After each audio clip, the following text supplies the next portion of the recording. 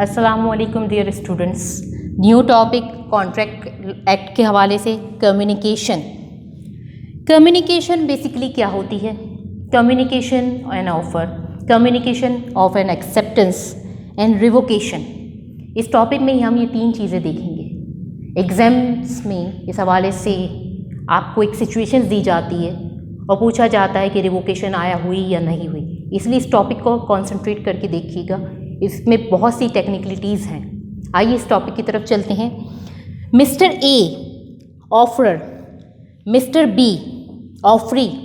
Mister A Karachi में बैठे हुए हैं और मिस्टर बी जो ऑफरी हैं वो लाहौर में बैठे हुए हैं। मिस्टर ए ने मिस्टर बी को ऑफ़र दी थ्रू पोस्ट के थ्रू, एक ऑफ़र भेजी। कब भेजी थी ऑफ़र? 5 जून को, कि मैं अपनी मर्सिडीज़ कार सेल करना चाह रहा हूँ 50 लाख रुपए में, क्या आप उसे बाय करना चाहेंगे? ये ऑफ़र मिस्टर बी के पास पहुँचती है 10 जून। जब 10 जून वो पोस्ट, वो प्रपोज़ल, वो ऑफ़र मिस्टर बी की नॉलेज में आ जाता है, तो यहाँ पे ऑफ़र क्या हो जाती है? कम्युनिकेट हो जाती है। जब बी की नॉलेज में ऑफ़र कम्युनिकेट हो गई, इसकी नॉलेज में आ गई ऑफ़र, तो उस प्रोसेस को हम कहते हैं कम्युनिकेशन ऑफ एन ऑफ़र। अब बी क्या करता है? बी रिप्लाई करता है थ्रू पोस्ट 15 जून कि हाँ ठीक है, मैं ख़रीदूँगा। उन्होंने अपनी एक्सेप्टेंस दी थी।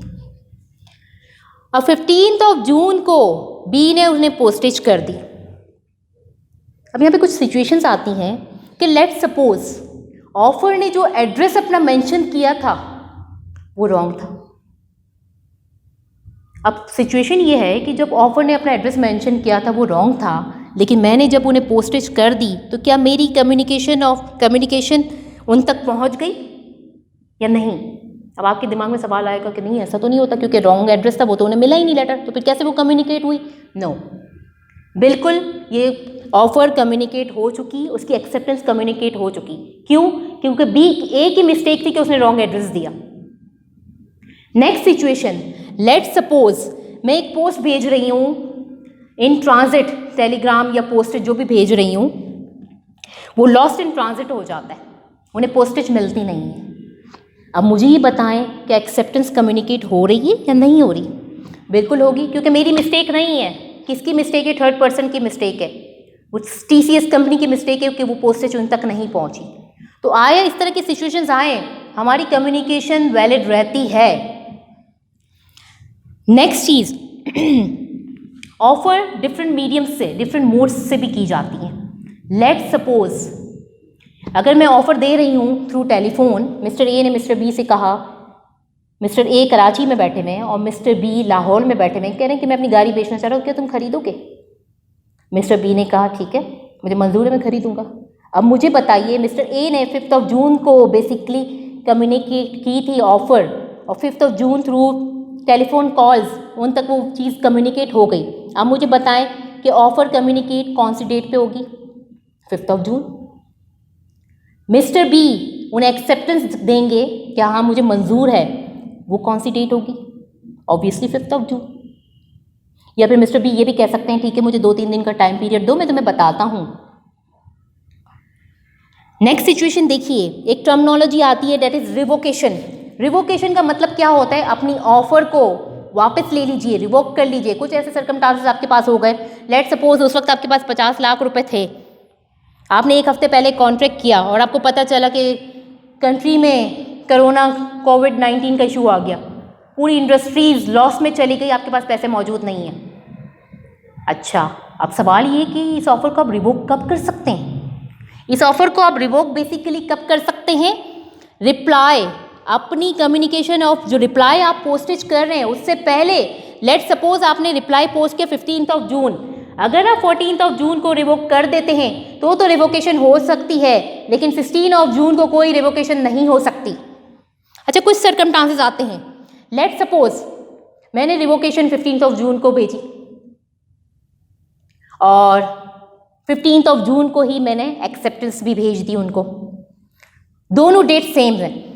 लेकिन क्या हुआ इस सिचुएशन में? एक इंटरेस्टिंग चीज़ हुई कि जो ऑफरर हैं उनके पास जो एक्सेप्टेंस गई, कम्युनिकेशंस गई, वो गई 16 जून को 2 बजे उनके पास पहुंची रिवोकेशन, और 5 बजे उनके पास लेटर पहुंचता है एक्सेप्टेंस का। अब इस सिचुएशन में मेरा आप लोगों से ये क्वेश्चन है कि विच वन इज़ वैलिड? जो लेटर पहले पहुंच जाएगा, जो लेटर पहले ऑफर की नॉलेज में आ जाएगा, उसी को हम मान लेंगे। यहाँ पे रिवोकेशन पहले पोस्ट हुई, उसकी नॉलेज में आई, तो इसका मतलब ऑफर रिवोक हो गई।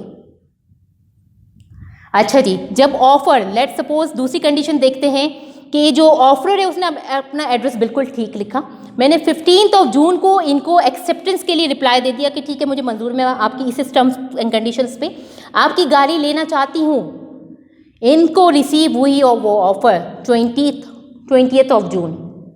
यहाँ पे जब ऑफर की नॉलेज में एक्सेप्टेंस आ जाती है, इस प्रोसेस को हम कहते हैं कम्युनिकेशन ऑफ एन एक्सेप्टेंस। ये चीज़ आपने टेक्निकल पॉइंट्स अपने दिमाग में इस टॉपिक को लेते हुए रखने हैं कि बाज़ दफ़ा कुछ ऑफर्स ऐसी दी जाती हैं जिसमें मोड्स दिए हुए होते हैं, तो जो मोड्स डिफाइन हो आपने उसी मोड्स में रिप्लाई अपने देने होते हैं। और रिवोकेशन के लिए एक इम्पॉर्टेंट पॉइंट ज़रूर याद रखिएगा कि रिवोकेशन में बेसिकली इम्पॉर्टेंट चीज़ क्या है कि जब आप अपना रिप्लाई पोस्ट करें उससे पहले आपने ऑफ़र अपनी रिवोक करनी होती है। उसके बाद आपके पास किसी भी किस्म के चांसेस नहीं होते कि आप उसे रिवोक कर सकें। आज के इस टॉपिक में हमने communication of acceptance, communication of offer क्या होती है, ऑफ़र किस तरह कम्युनिकेट होती है, ये चीज़ें देखी। हमने रिवोकेशन को भी देखा इस टॉपिक में। ये बहुत छोटे छोटे टॉपिक्स हैं और इसे आपने अच्छी तरह इसको समझना है, क्योंकि एग्जाम्स में ये 14 मार्क्स पे यूजुअली चीज़ें कवर होती हैं। उम्मीद करती हूँ आज के इस लेक्चर को आज का लेक्चर आपको समझ आया होगा। इंशाल्लाह इसी चैप्टर के नेक्स्ट टॉपिक के साथ आपके साथ मुलाकात होती है।